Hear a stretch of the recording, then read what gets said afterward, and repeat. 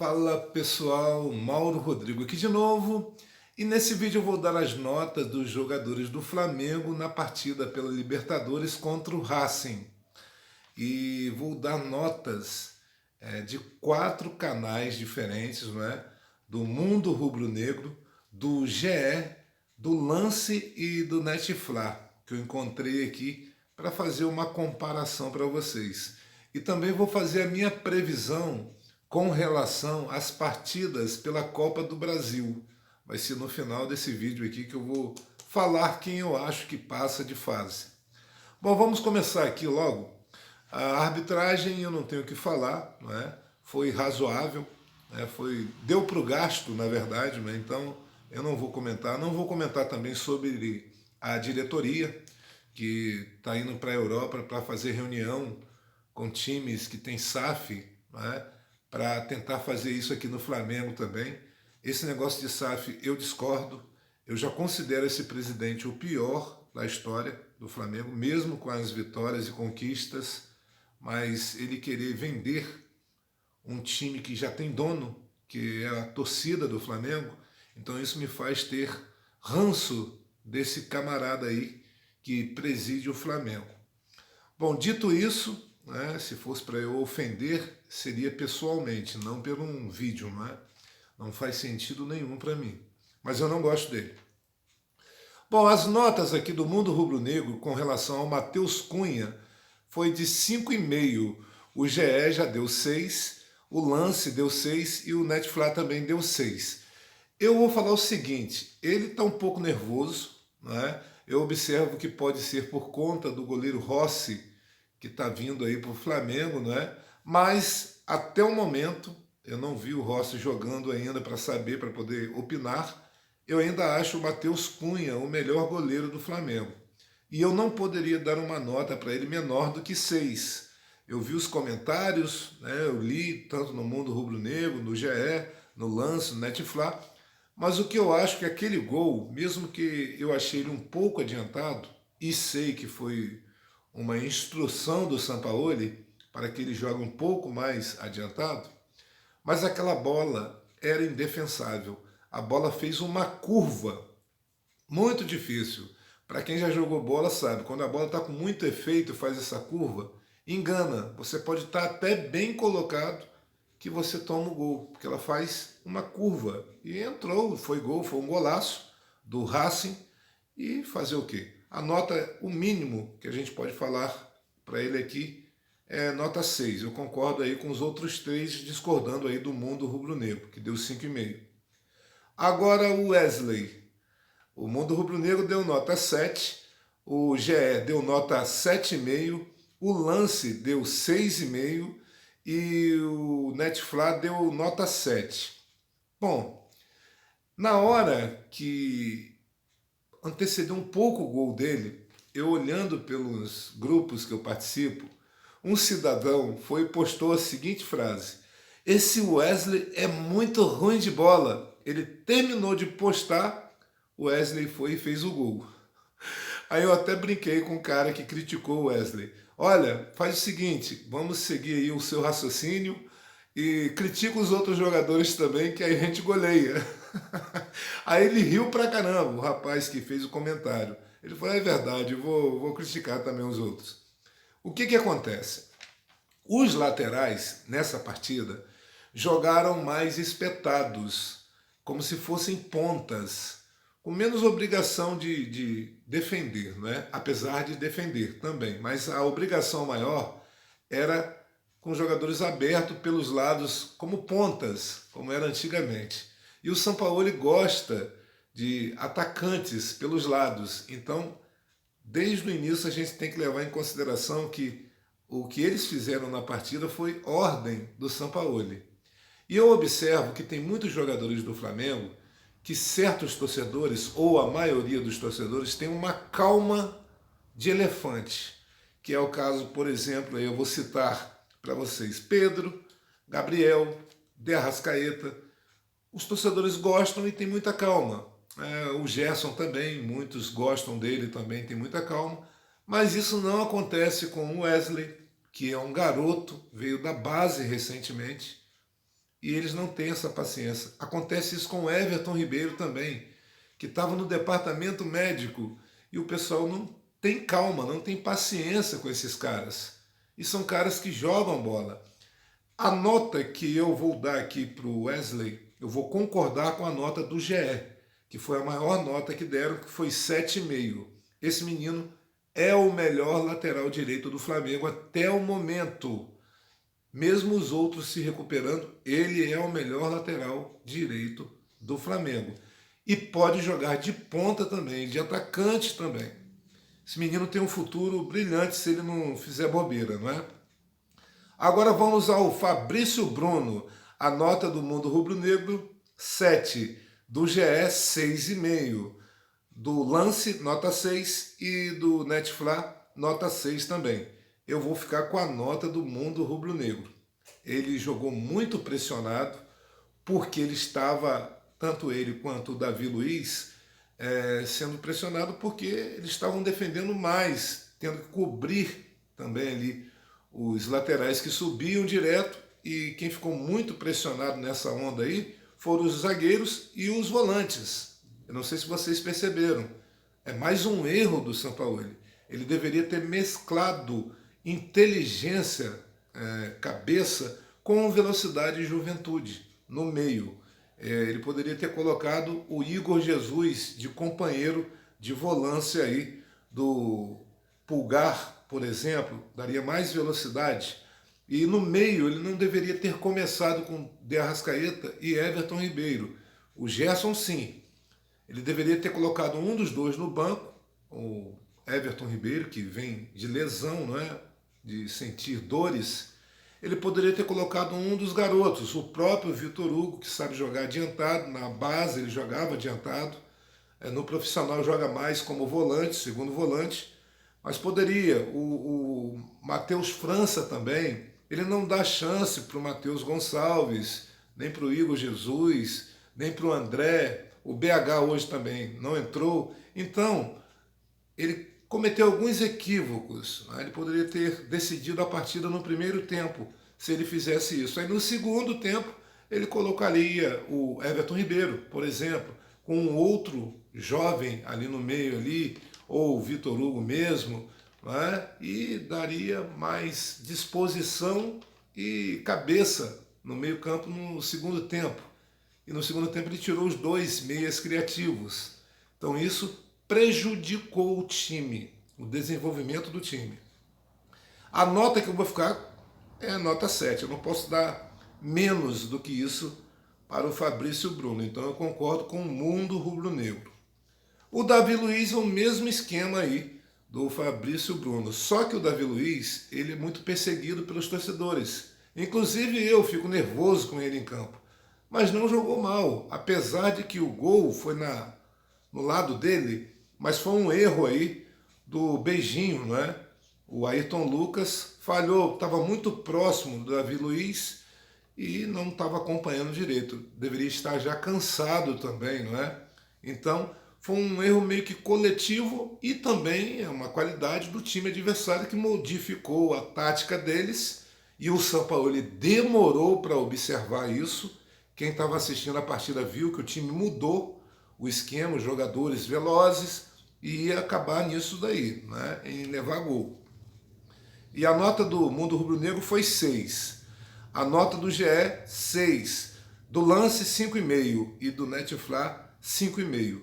Eu vou ficar com a nota do Mundo Rubro-Negro e do GE, nota 6.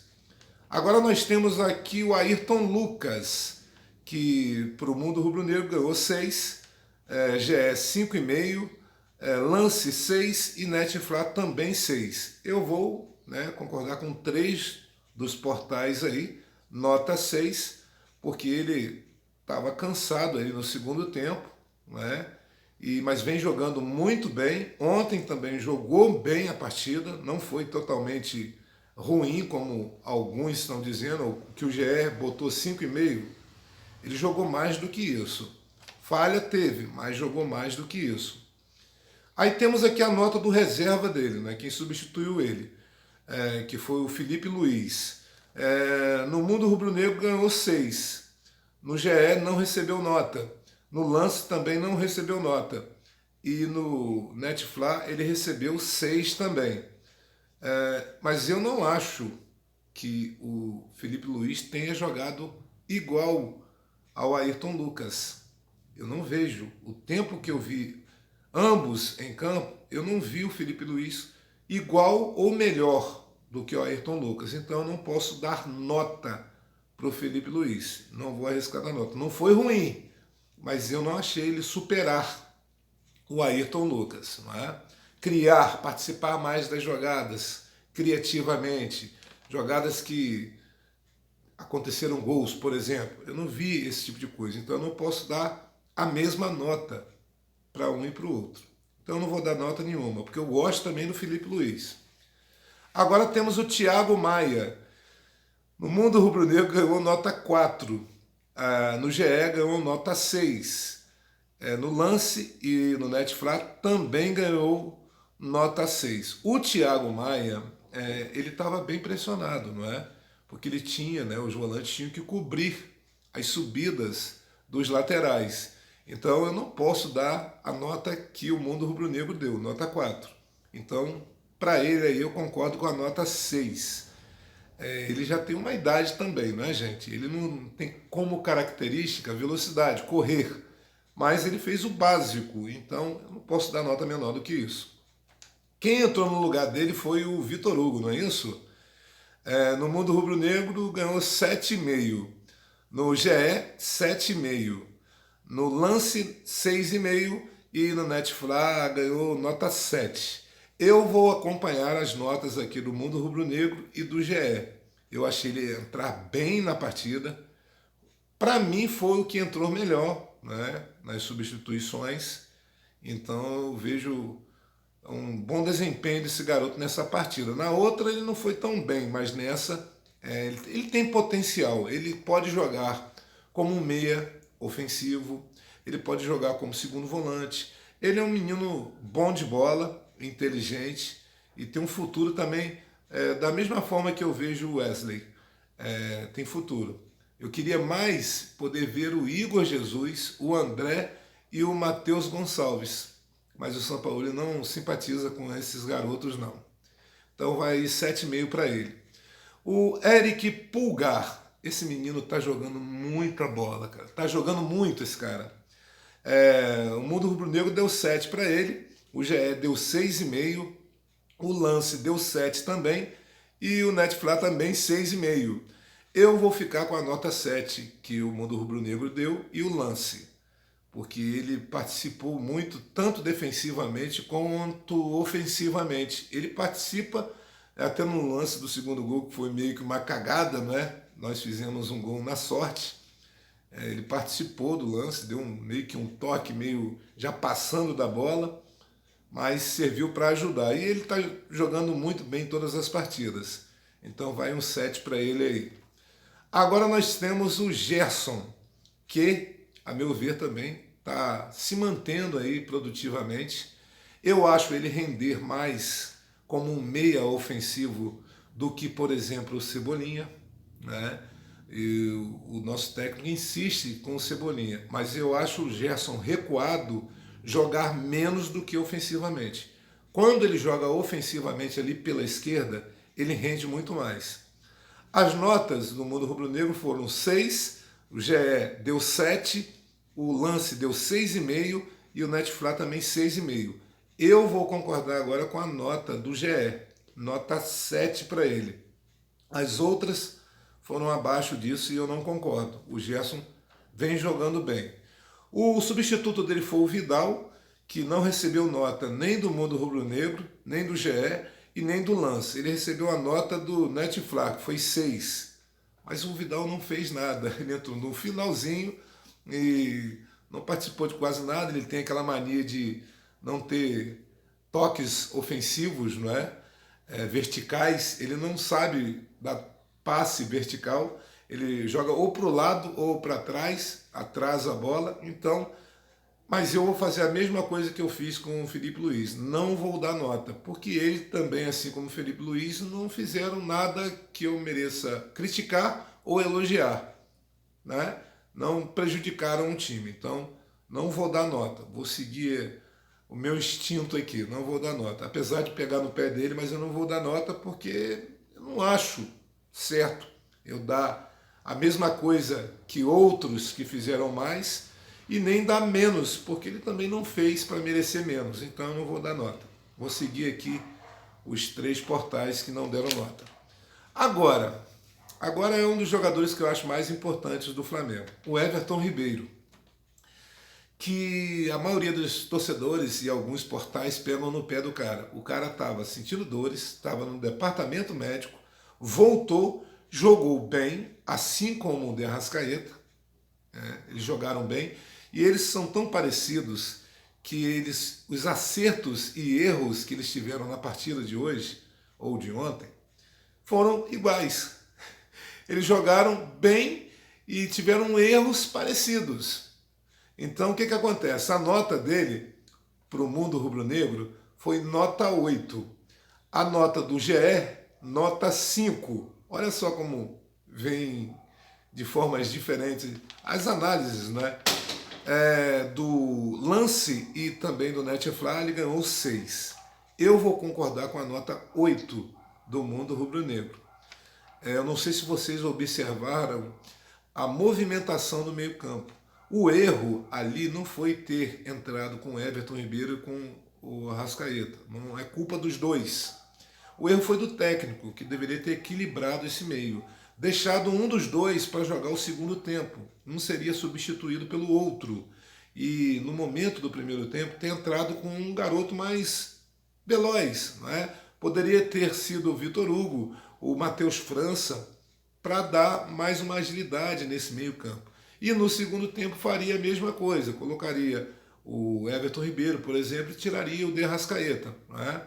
É mais ou menos isso. Vamos aqui agora a quem o substituiu. O Matheus França. No mundo rubro-negro, deram 7 para ele. No GE, deram 6. Quer dizer, o GE achou que o Matheus França foi melhor do que o Everton Ribeiro, que ganhou 5, segundo eles. E não foi. Ele não manteve o ritmo. Ele não conseguiu fazer o que o Everton Ribeiro estava fazendo. O Everton perdeu algumas bolas, tudo bem, ele vem, né, de departamento médico, mas olha só a discrepância. É mais uma discrepância aqui do GE. Tá? O Matheus França não jogou mais do que o Everton Ribeiro nessa partida. E nos outros portais ele também ganhou 6. Eu discordo da nota 6 para ele, porque ele também não foi ruim. A nota dele, eu vou seguir o mundo rubro-negro, nota 7. E o Everton Ribeiro, nota 8. O De Arrascaeta, olha só, 7,5 pelo mundo rubro-negro, 5,5 pelo GE. O De Arrascaeta não jogou tão mal assim como o GE imaginou. E nos outros portais, 6,5 do lance. Não, minto, 6 do lance, olha essa, 6 do lance e 6 do Netflix. Mas o De Arrascaeta jogou mais do que o Cebolinha. E no lance, o Cebolinha recebeu 6,5 e o De Arrascaeta 6. Quer dizer, eles viram outro jogo, viram outra partida. E não estou dizendo que eu vi outra partida não, tá? Porque eu não só analiso o cara com a bola no pé, não. Eu analiso a posição, a ajuda defensiva, pressionando no ataque. Eu analiso um monte de coisa. E analiso também o que o técnico pediu. E eu estou vendo que o pessoal que analisa aqui não percebe isso, não. A nota do De Arrascaeta, que eu acho mais justa, é 7,5. Vou seguir mais uma vez o mundo rubro-negro. Agora vamos ao substituto dele, o Cebolinha, que ganhou 30 pelo mundo rubro-negro, 4,5 pelo GE. Quer dizer, o Cebolinha não fez quase nada e quase ganhou a mesma coisa do Everton Ribeiro, que foi 5, e ele 4,5 pelo GE. A análise está um pouco perdida. Tomaram alguma coisa antes de fazer a análise, ou tomaram alguma coisa na hora de assistir o jogo. Pelo lance, o Cebolinha ganhou 6,5 e pelo Netflix ele ganhou 6. Eu acompanho a nota do mundo rubro-negro, de novo, nota 3 para ele. Não gostei. Agora vamos ao Pedro. No mundo rubro-negro ele ganhou 3. No GE, ele ganhou 5, a mesma nota do Everton Ribeiro. O Pedro jogou igual ao Everton Ribeiro? GE, cuidado aí com as suas análises, né? O Pedro não jogou. Mais uma vez, recebeu bola, estava dominando bola na canela, não conseguia controlar a bola, se embananou várias vezes, está numa fase horrorosa, apesar de eu gostar muito dele, acho um dos melhores centroavantes do Brasil, mas não está bem. Os outros portais, o Lance deu 5 e o Netflix deu 6. O GE deu 5, eu vou concordar com a nota do Mundo Rubro-Negro, nota 3 para ele, assim como o Cebolinha. E eles têm potencial para melhorar. Agora nós vamos ao Sampaoli. O GE não dá nota para o técnico. O Mundo Rubro-Negro deu 7, o Lance deu 6 e o Netflix deu 6. Eu dou 5,5 para ele. Eu fui diferente de todo mundo aqui, porque eu achei que ele deveria ter feito um equilíbrio melhor no meio-campo. Eu gosto do meio-campo com 5 jogadores, 2 volantes e 3 meias. O Gerson é um meia mais ofensivo. A criação, os meias criativos, é o De Arrascaeta e o Everton Ribeiro. Eu acho que ele deveria ter sacado um dos dois, não entrado com o Everton Ribeiro, que vem, né, de departamento médico, entraria só no segundo tempo, substituindo o próprio De Arrascaeta, para colocar um dos garotos ali. Poderia ser o Vitor Hugo, o Matheus França, o Matheus Gonçalves, que também ataca, pode jogar de meia ofensivo. Então, poderia ser esses jogadores para dar uma velocidade, manter o time adversário mais recuado, mais defensivo. Ele poderia ter feito isso. E ele tem que parar com essa insistência de Vidal, todo jogo Vidal, cara. Vidal não acrescenta em nada, não melhora o time. Você tem que ter jogadores no banco que você pode modificar o jogo. É o que fazem o BH, o André, o Matheus Gonçalves. São jogadores que eles podem dar uma outra cara ao jogo, assim como fez o Vitor Hugo e que algumas vezes também o França fez também.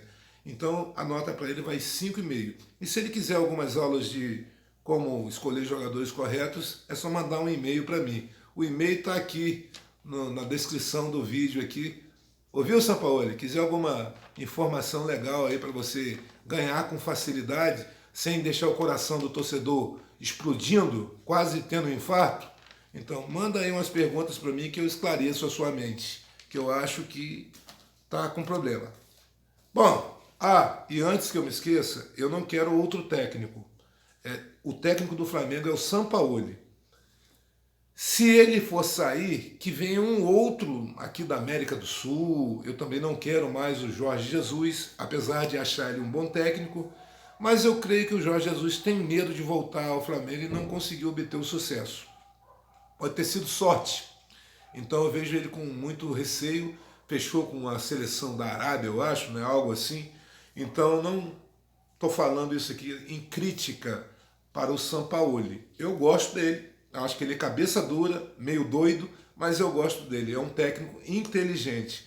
Ele sabe quando quer usar as peças corretas e fazer o time jogar. É porque ele está insistindo aí no Vidal. Bom, eu falei que no final do vídeo eu ia dar a minha previsão com relação à próxima fase da Copa do Brasil. Bom, são 4 jogos, né? Teremos aí América Mineiro contra o Corinthians. Apesar de achar que o América Mineiro pode surpreender, mas eu acho que o Corinthians passa de fase. Vou torcer para o América Mineiro. O outro jogo é São Paulo e Palmeiras. Bom, o Palmeiras é um time que tem muita sorte, né? Eu acredito que ele tem muita sorte. Não sei se fizeram algum feitiço ou algo do tipo, mas tem muita sorte. Eu acho que o São Paulo passa porque tem um técnico muito bom, que é o Dorival Júnior. E o São Paulo readquiriu a confiança. E eu vou torcer para o São Paulo. Eu prefiro o São Paulo passando, né? O nosso maior rival ultimamente é o Palmeiras, não é? E eu discordo de algumas coisas que a presidente do Palmeiras fala, é um pouco arrogante, não é? Então eu vou torcer aí para o São Paulo e espero que o São Paulo passe. É o que eu acredito. O outro jogo é Bahia e Grêmio. Eu acho que é um jogo mais fácil e acredito que o Grêmio se o Bahia não surpreender, o Grêmio passa de fase. O último jogo aqui da sequência é Flamengo e Atlético Paranaense. Novidade nenhuma, não é? A gente sempre tem cruzamento com o Atlético Paranaense. Aquele campo sintético, né? E o Flamengo com alguns erros. Um Flamengo que joga bem, que joga pressionando, marcando, né? Pressionando alto, com ataques, né? E toques, passes verticais e dominando o jogo, eu acredito que vença com facilidade ao Atlético Paranaense. Mas um Flamengo que, com peças erradas, substituições erradas, tática errada, eu acho que o Atlético Paranaense passa. Então, eu acredito, vendo o que eu estou observando em algumas insistências do Sampaoli, é bem provável que o Atlético Paranaense passe na próxima fase aí da Copa do Brasil. Deixa eu falar uma coisinha aqui que eu anotei. A última derrota em casa pela Libertadores do Flamengo foi no dia 3 de abril de 2019. Olha o tempo que o Flamengo não perde pela Libertadores em casa. É um assunto interessante, né? E antes que alguém me critique por achar que o Flamengo não passa aí pelo Atlético Paranaense, é porque eles estão mordidos com a gente. Já perderam pra gente na Libertadores. Então eles estão mordidos. E o jogo de ida é aqui no Maracanã. O jogo de volta é lá, no campo deles sintético, que é muita velocidade, a bola corre muito. Então, avaliando a condição física dos jogadores do Flamengo, e a tática e um monte de coisa, eu acho que é bem provável que o Atlético Paranaense passe. Mas o Sampaoli é inteligente e ele pode armar um esquema bem retrancado lá, né, no Sul, e fazer a vitória nossa aqui. Mas se a gente empatar aqui no Rio ou perder, já era. Não acredito em recuperação lá no Sul, não. Bom, esse foi o vídeo de hoje, gente. Até o próximo. Tchau, tchau.